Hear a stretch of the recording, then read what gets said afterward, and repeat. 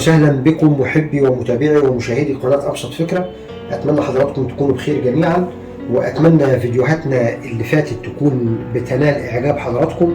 ولو فيه أي تعليق على أي فيديو، لو فيه سؤال معين على أي فيديو، على جزء معين في الفيديو، في حاجة معينة في البيت عند حضرتك محتاج إن احنا نتكلم عليها، يا ريت تتكرم وتشرفنا بالكتابة وتقول لنا ايه اللي مطلوب او ايه نقاط الضعف او نقاط القوة او عايزنا نزود ايه او ننقص ايه. يشرفني الكلام ده طبعا عشان احنا بنكبر بيكم انتوا وبنكبر بملاحظاتكم وبنتعلم من الملاحظات اللي انتوا بتقولوها اكيد طبعا.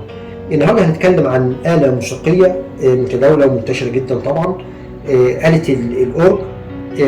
دي معظم الآلات بتتوصل عن طريق أدابتور، بمعنى ان معظم الالات دي ما بتشتغلش على 220 فولت دايركت او 110 دايركت، لا بيبقى فيه ادابتور بيخفض الكهرباء من 220 او من 110 ل 9 فولت ل 12 فولت، حسب الاله نفسها او حسب الجهاز نفسه.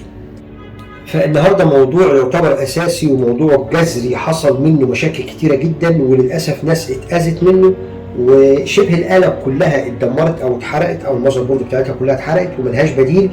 وفي الات كتيره اترمت بسبب الملحوظه البسيطه دي اللي احنا هنقولها مع بعض دلوقتي.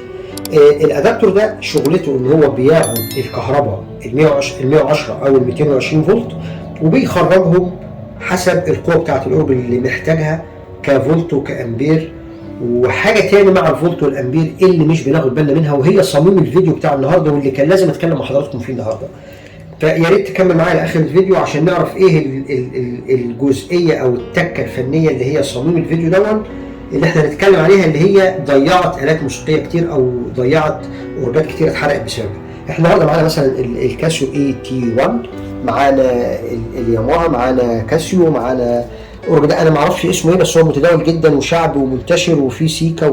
كل اورج من دول ليه طريقه التوصيل بتاعته عن طريق الجاك بتاع الكهرباء بتاعه اللي هو واخد من الادابتور اللي احنا قلنا ان هو خفض الكهرباء من ال 110 ل 220 لل 9 فولت او ل 12 فولت حسب الاله اللي مطلوبه والامبير اللي مطلوب. طيب هنقول ايه التكه الفنيه وهنكمل كلام عنها مع بعض، وهنشوف ايه السلبيات وايه المشاكل وايه الاخطار المدمره اللي ممكن تحصل منها.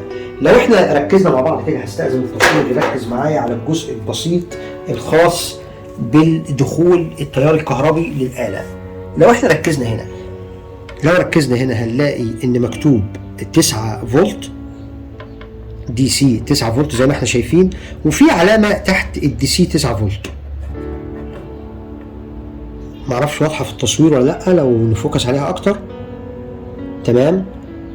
العلامة دي بتقول ايه؟ بتقول ان الاورج ده محتاج الكهرباء بتاعته تكون دي سي 9 فولت، مع الاخذ في الاعتبار ان الطرف الخارجي لو احنا بصينا هنلاقي ان فيه مرسوم نص قوس او دايرة مفتوحة، الطرف الخارجي يكون بلس، والطرف اللي من الداخل لو بصينا هنلاقي فيه بوينت صغير او فيه نقطة صغيرة وطالع منها الاتجاه بتاعها تكون ماينس. يبقى كده الاورج بيحدد لنا مواصفات التيار اللي هو محتاجه وبالاتجاهات اللي هو محتاجها. هو محتاج ايه يبقى ماينس وايه يبقى بلس، ايه يبقى موجب وايه يبقى سالب. في اورجات ما يبقاش فيها دايره حمايه، فمجرد ما انا بركب جاك زي دون بجيب اي ادابتور وابص اقرا اللي مكتوب عليه، انا مكتوب عليه 9 فولت، اقول ده كويس، ده ممتاز، ده هيشتغل كويس جدا، واوصل الادابتور ال 9 فولت من غير ما اخد لبالي او من غير ما اركز او من غير ما اكون دقيق في حته الماينس والبلس، هبقى عارف الاتجاهات بتاعتهم ايه. سهل جدا جدا جدا ان يحرق المذر بورد بتاعت الاورج كله. وفي انواع كتيره بندور وبنلف عشان نلاقي مذر بورد وما بنلاقيهاش جديده، ولو موجوده جديده بتبقى غاليه جدا وبالتالي بتبقى مكلفه.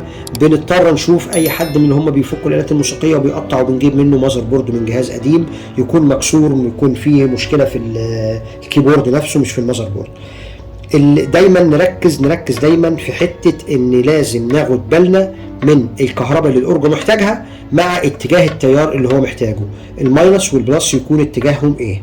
في اورجات معينه بتبقى براندات معروفه، براندات كويسه، بيبقى في دايره حمايه بحيث لو دخلوا الكهرباء باتجاه معاكس او باتجاه غير اللي هو مطلوب هو بيعمل تعديل لدايره الكهرباء، او بمعنى اصح بيرفض الكهرباء فما بتكملش، ما بتدخلش على المذر بورد نفسها.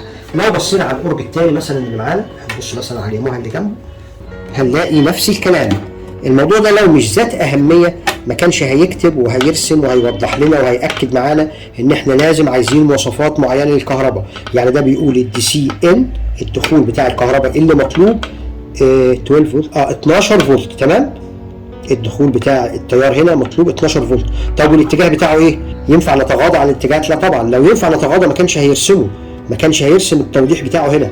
لو بصينا هنلاقي ان ده عكس الكاسيو. يعني شوف احنا جايبين اورجين مع بعض، ده عكس الكاسيو. احنا ممكن نخلي الاثنين جنب بعض ونلاحظ الفرق مع بعض. احنا كده خلينا الاورجين جنب بعض، لو لاحظنا هنلاقي العكس تماما. ده لو بصينا هنلاقي البوينت الصغيره اللي داخل الدايره، اللي مقصود بالبوينت الصغيره داخل الدايره اللي هي الابره او السن الصغير اللي جوه الجاك دون، هنا مطلوب انه يكون بلس، مطلوب انه يكون موجب، تمام؟ الخارجي مطلوب انه يكون ماينس. لو بصينا على الكاسيو هنلاقي ان مطلوب الدي سي 9 فولت، والشرط بتاعنا على اتجاه التيار ايه؟ الاطار الخارجي اللي هو الجسم الخارجي بتاع الجاك مطلوب يكون بلس، والجسم الابره الداخليه او الوصله الداخليه مطلوب انها تكون ماينس. هنيجي في الياماها هنلاقي العكس تماما. هنا مطلوب الدي سي 12 فولت، احنا بنتكلم عن الاتجاه دلوقتي، هنلاقي الاتجاه العكس، مطلوب البلس يكون هو اللي في الابره الداخليه والماينس يكون في الاطار الخارجي. بمعنى ايه الابره الداخليه والاطار الخارجي؟ احنا ممكن نجيب الوصله بتاعه الادابتور بتاع الاورج وهنبص على منظر الجاكات بتاعتنا. الاطار الخارجي اللي هي النص قوس اللي معمول ده مقصود بيه الجسم ده.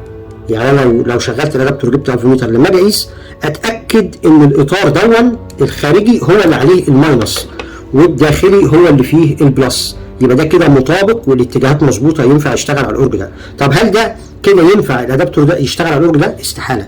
لو انا وصلت كده يبقى انا سهل جدا ان اطير المذر بورد بتاعته على طول. طب في حلول بديله، في ادابتور بيبقى موجود فيه الاتجاهات ان ينفع ان احنا نبدل ماينس وبلس من الادابتور نفسه، بس الحاجه البروفيشنال اللي هي خاصه بالجهاز بيبقى صعب انها تكون جايه كده عشان تبقى جايه على جهاز معين. طب الحل البديل الثاني ايه؟ في كونفرت زي دون، يعني في وصله زي دي، الوصله اللي زي دي بتاخد اتجاه من هنا تطلعه العكس تماما من هنا. يعني لو دي هنا هندخله الماينس من الخارج والبلس من الداخل، هنا هتطلع العكس تماما.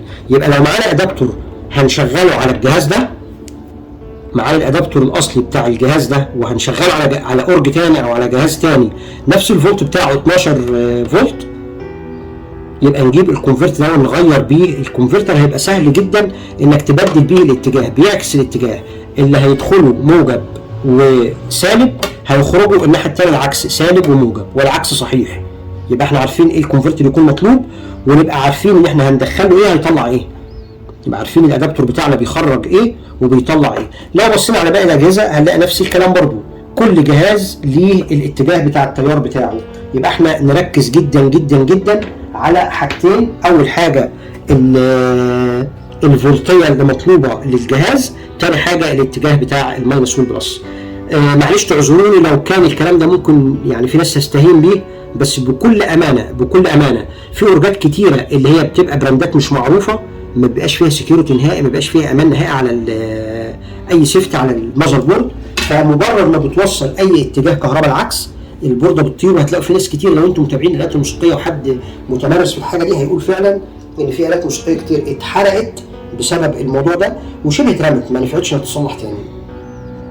اتمنى الفيديو يعجب حضراتكم، واللي يعجبه الفيديو يا ريت يتكرم علينا ويعمل لايك، واللي حاسس ان الفيديو عادي بس ممكن يكون مفيد. يعني ممكن واحد يكون متمكن جدا وعازف ماهر ومعاه آلة نظيفة وآلة غالية، بس هو ما عندوش خبرة في حتة الكهرباء، ما عندوش خبرة في حتة التوصيلات، مش مجاله. انا اسف في كلمة ما عندوش خبرة، مش بقلل من شأنه، بس مش مجاله، فممكن ما تجيش في دماغه. وممكن كلنا نبقى فاهمين كهرباء كويس جدا ويعني ايه موجب ويعني سالب ومتابعين الحاجات دي كلها، بس واحنا بنشغل الجهاز مخنا بيبقى مبرمج اوتوماتيك. هو الجهاز ده بيشتغل 9 فولت، طب الادابتور 9 فولت جرب بيه، فده ممكن يكون خطر جدا.